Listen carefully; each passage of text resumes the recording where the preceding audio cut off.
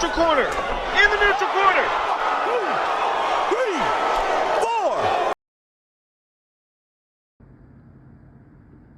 Welcome in the neutral corner. Tonight, we got to see and we got to witness what everybody expected to happen. We got to witness greatness. The true GOAT make his return to the sport. And the true number one pound for pound fighter. Pound for pound is a fighter that no matter the weight, no matter the class, no matter the opponent, he can move up and beat anybody. And that person is Jon Jones. The truth is that you're only as good as your last fight in the eye of the broad audience. The mainstream, the hardcores, they know who that was. But these casuals, which is what makes up most of the sport, let's be honest, the casuals, they only know the last thing that they saw. An unmotivated Jon Jones at light heavyweight against Dominic Reyes, 12-0 prospect, and he's like, oh God, I'm defending my championship for, what is this now, the 70th time or something crazy like that? No, but I told you guys in episode 3, Jon Jones was going to be motivated for this matchup, and that he was going to be the one to come back and stake his claim as the GOAT, as the pound for pound number one. Of course, I'm a big Volkanovski's fan, so I get everybody talking about the pound for pound number one and him and all of that, but now that Jon's back, and now that Jon got the prerequisite defeat of Cyril Gane out of the way, now we can move on. Now we can move on with our GOAT talk and our pound for pound talk and acknowledging who it really is. Because he's even more qualified than Khabib. Khabib's 30-0 and he never got disqualified. But Jon's never lost. Jon's never lost. You look at the numbers. You look at the numbers of the Gustafsson fight, the first one. You look at the numbers of the Reyes fight.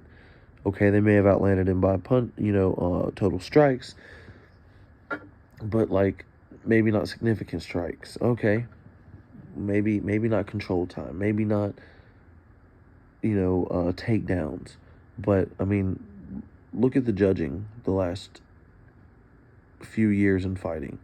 We've seen way worse decisions. We've seen way worse, outcomes of fights for things way less. So I definitely feel like Jon Jones has beaten he has had the hardest schedule. He essentially has had road games the whole entire time, facing world champion after world champion after world champion. He is what it is to be a mixed martial arts fighter in the cage. He takes your weaknesses, he makes them glaring. He takes your strengths and he makes your strengths weaknesses. Everybody forgets too that, because Jon was one of those people that fell in love with the ground, with the stand-up rather, that fell in love with kickboxing and fell in love with the oblique kicks and the elbows and the jabs and the spinning back kicks and things like that.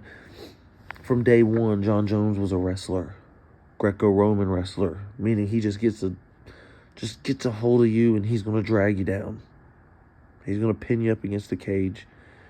He's going to use your weight and he's going to manipulate it into his advantage and get what he needs to get done. I mean, that's what he's done from the moment he stepped into that octagon.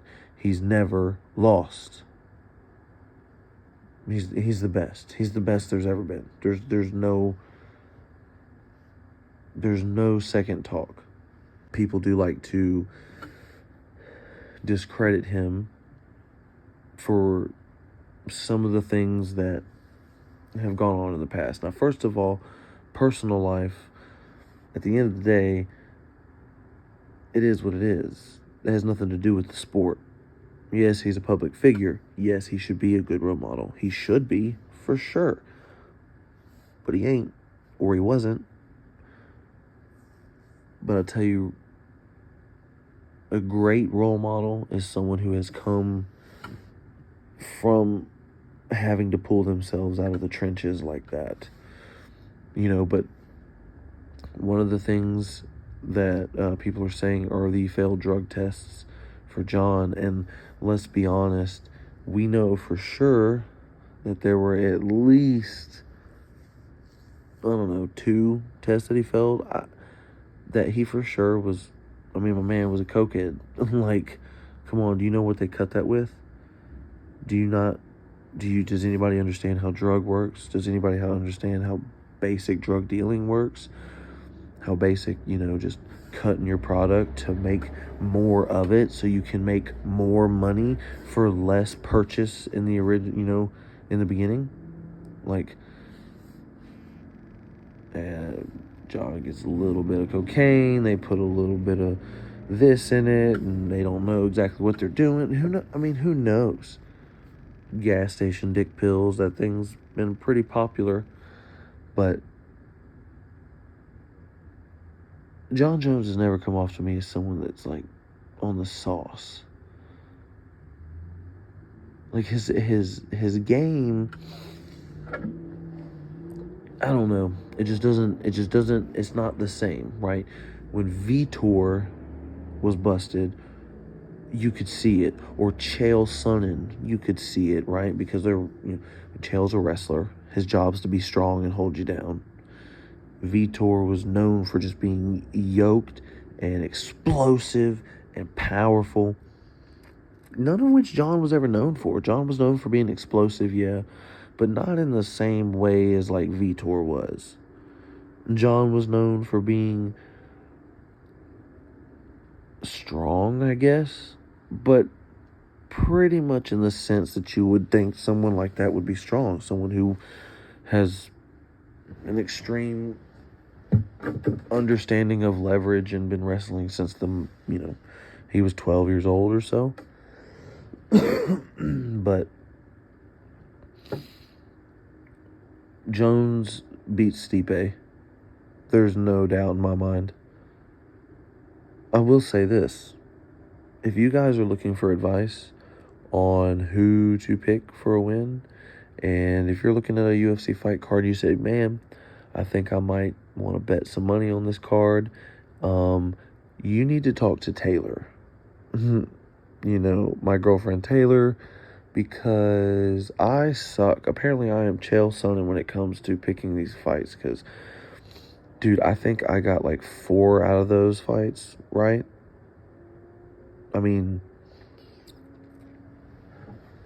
John Jones was one, but it seems as if they forgot who he was, and I'm excited for him to come back and remind everybody. And I think that Stipe is the perfect opponent. I'm a big Stipe fan. I really am. This whole thing is overshadowed by the Francis Ngannou situation, just in the sense of like the casual fan. But the only issue and the only thing that I would worry about with Francis is just, can John take that punch? Simply because, can any human being take that punch? We saw what happened to Stipe, right? Like, he took those punches and then he got knocked out by Daniel Cormier. Like, who does Daniel Cormier knock out, really? Like, you know what I mean?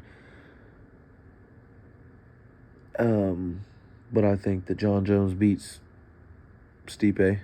I think he either TKOs him or subs him out like that. I think honestly, I think that what's going to happen is he's going to come out, he's going to kickbox a little bit, and I think Stipe is going to shoot, and he's going to choke him out with another guillotine. John's got long arms, so he's got really good slick guillotines, and he always has. As a matter of fact, he beat Ryan Bader to win his first, number one contender spot, right? With a guillotine, just like that. And in his first title defense, he beat Lyoto Machida with a standing guillotine, just like that. So it's not something new. That's not even a new wrinkle in his game. That's how vast this guy's game is. That he beat him with something tonight that he won 10 years ago with in the UFC. Very similar to it. Against the cage, front face lock, underneath the chin. Guillotine. It's amazing, this sport. It really is. Because just as convinced as I was that John was going to come out there and do that, I was just as convinced that Valentina Shevchenko was going to do the same. But I will say this, it always seems like there's a number, right? And John Jones may be the exception, where the champion finally catches up to them of being the champion.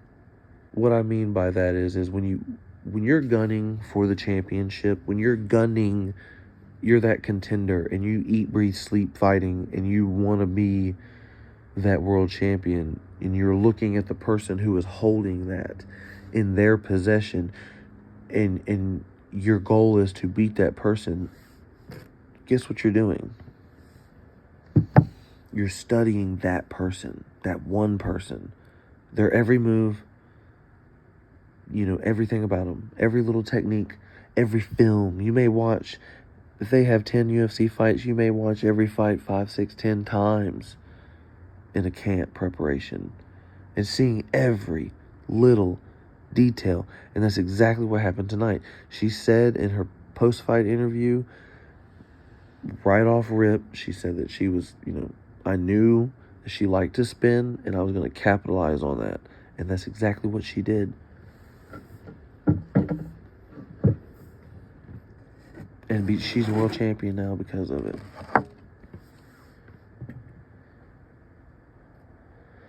It's amazing. Because when you're the champion, you can't focus on one person. You got to focus on the top 10. At least the top 10. And that's assuming that not everybody in the top 10 is tied up and they have a quick fallout. And, you have to face number 15 because there's no one else available. And, they're a late replacement. Or even an unranked person. And you have no idea what their strengths are. Or maybe you do have an idea, but you've only got, in the best cases, you've got 12 weeks to train for this person. When this person's been looking at you for the whole time you've been the champ. It's not an even trade-off. Every camp, you got to focus for someone different. But for the world champ, or for the challengers, every camp, they got to focus on the world champ. That's who they're focused to beat. When you have a long division reigning champion. I mean, that so much doesn't work whenever there's a hot potato going around with the championship. But in the situation of Valentina Shevchenko, or like when Juliana Pena beat Amanda Nunes, when there's a long running champion and that champion is burnt out. And I kind of felt that from Shevchenko, and I felt that in her last fight, and I felt it in this fight a little bit. But,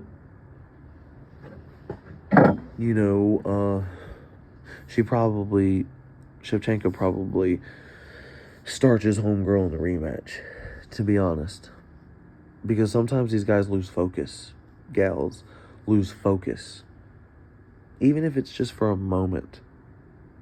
That momentary lapse is enough to change the course of history.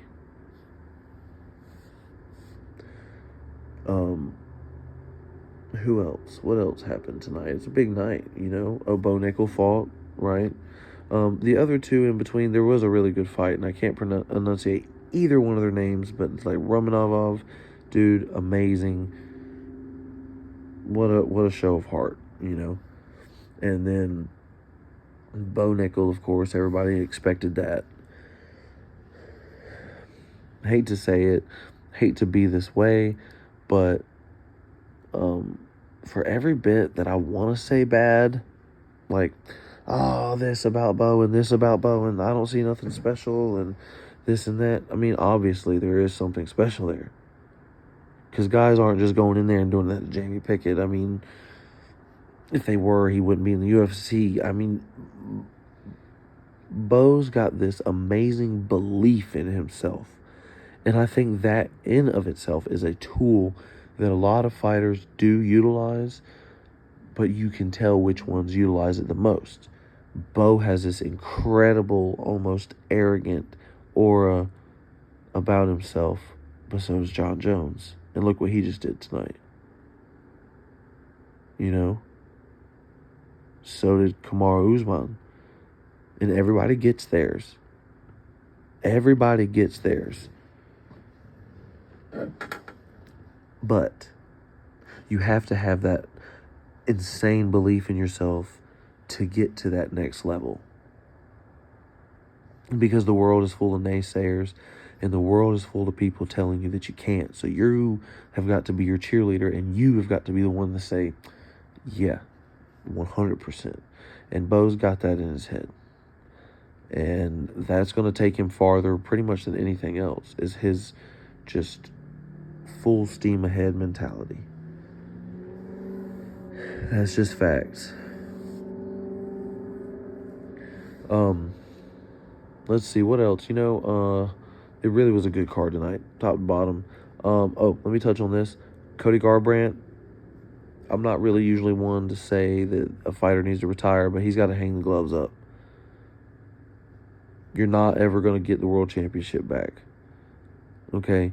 You fought against a guy that it was the biggest opportunity of his life to fight a former world champion. And this is supposed to be your, hey, I'm back in the saddle performance, and it wasn't. None of them. Had you even not gotten clipped in that third round, it still wouldn't have been an impressive performance. You throw 10 punches, you throw 12 strikes, and you think that that's an incredible performance? No. You danced around because you're afraid to get hit. Facts are facts, bro. I'm sorry, but Cody Garbrandt he's got to do it, because we're, as bloodthirsty as us MMA fans are, we don't want to watch you die in there, dude. And the guy landed like 8 strikes up until this point, and like I think 6 of them were kicks.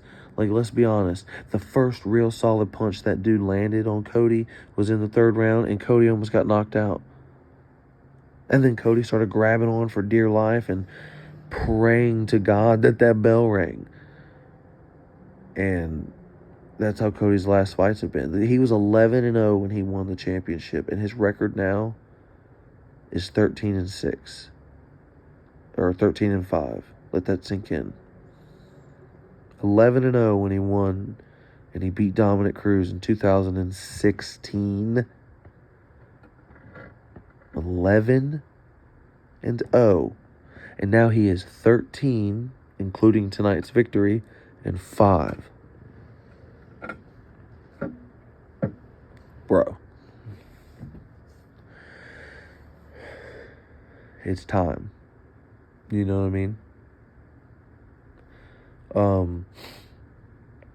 Moving on from that, released my first ever interview yesterday, right after a great sparring session with a good friend of mine. We trained together. Love watching him fight Cam Bennett.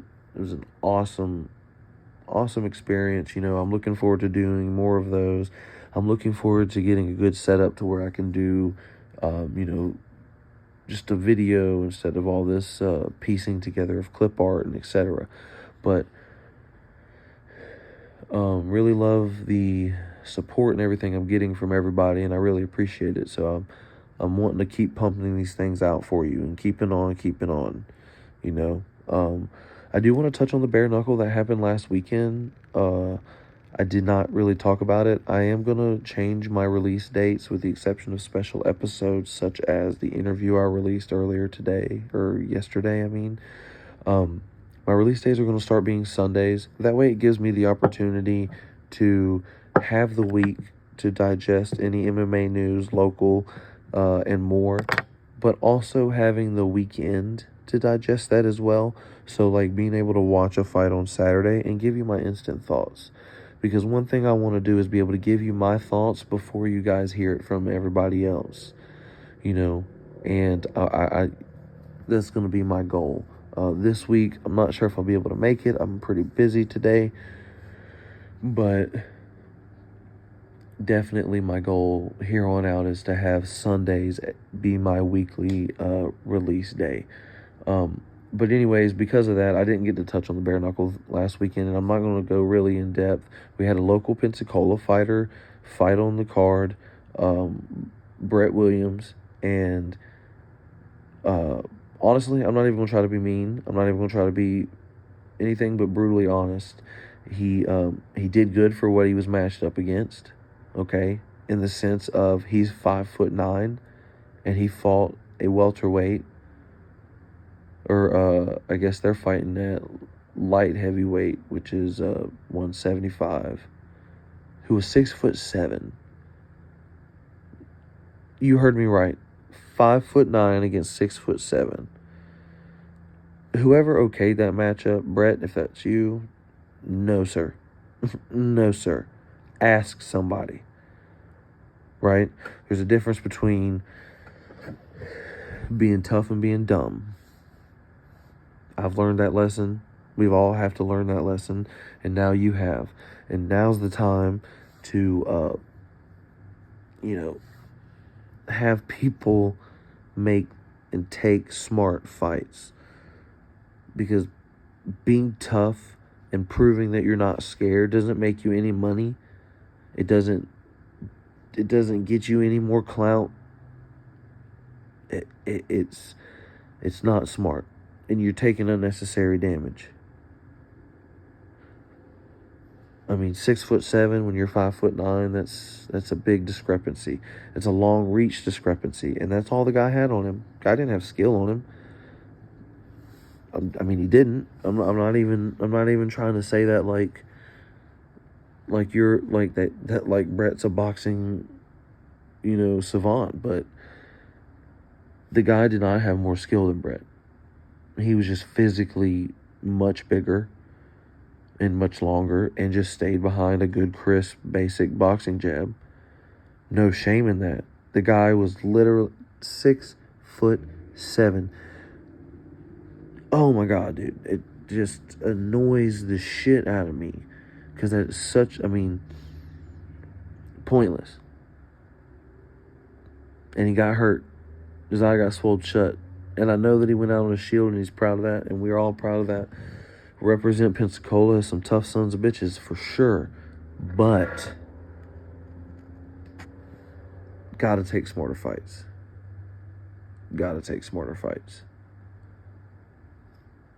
Kudos to his cornerman for recognizing the damage and telling him, like, dumb and tough is a fine line. And those cornermen realized that. And they told him that live to fight another day. That the eye damage isn't something you can play with. The bare knuckle, it's just a different ball game. And then the main event, Alan Belcher fought Arnold Adams for the heavyweight championship, dude. Great fight. You saw real life drama in that fight. What I mean by that is that I have a whole, not that I didn't have a respect for him before. I don't know him like that, but Alan Belcher, just a whole new level of respect for him. A whole new level of respect. Because oftentimes in fights, you will see a fighter want to quit. You can see it. You can see the look come over their face. You can see the look in their eye where they're like, all right, I'm done. Where they check out. You see it all the time. They call it 1,000-yard stare, but it's the same thing. And Belcher had it. Twice. In that second knockdown, I didn't think he was going to get up. I mean, who would have blamed him, dude? Like, it's bare knuckle. It is fucking so brutal. And I could tell he wanted to quit. And I don't know what kept him going. I really don't. But the man got up. And I honestly believe just the fact that he got up is what won him that championship. Obviously. I mean, if he'd have stayed down, he'd have definitely lost it, per the rules. However, when he got up and Arnold Adams saw him get up and he's like, the hell, what the fuck do I have to do to beat this guy? Like, what am I going to do?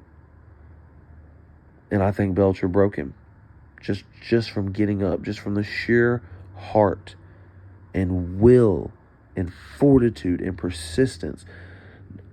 I don't even know the guy, and I'm just so proud to have witnessed that moment and watched that man overcome all those demons that were flooding in his head at that moment, saying, fuck it, your eye hurts, fuck it, you can't see, fuck it, you're bleeding, fuck it, you're tired, fuck it, you've made it, you're here in the main event, everybody else fails, and he didn't.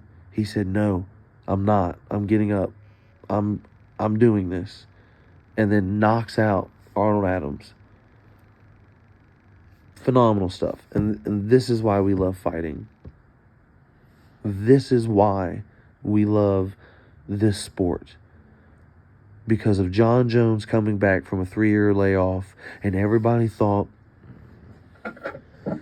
John Jones, what has he been doing for 3 years? Oh, he's just been banging hookers and doing cocaine and picograms and thisagrams and Instagrams. Listen, no. John Jones was in that gym training his ass off like a madman to become the heavyweight champion of the world. Why?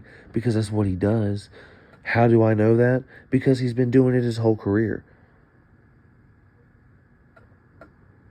Even in his worst days, when he said he was only training when he had fights, he was still training.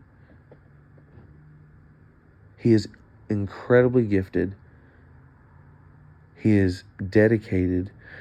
And now that he's 35 years old, at least 4 now, he is matured. The world's his oyster, and the sky's the limit for John Bones Jones. I'm just telling you that now.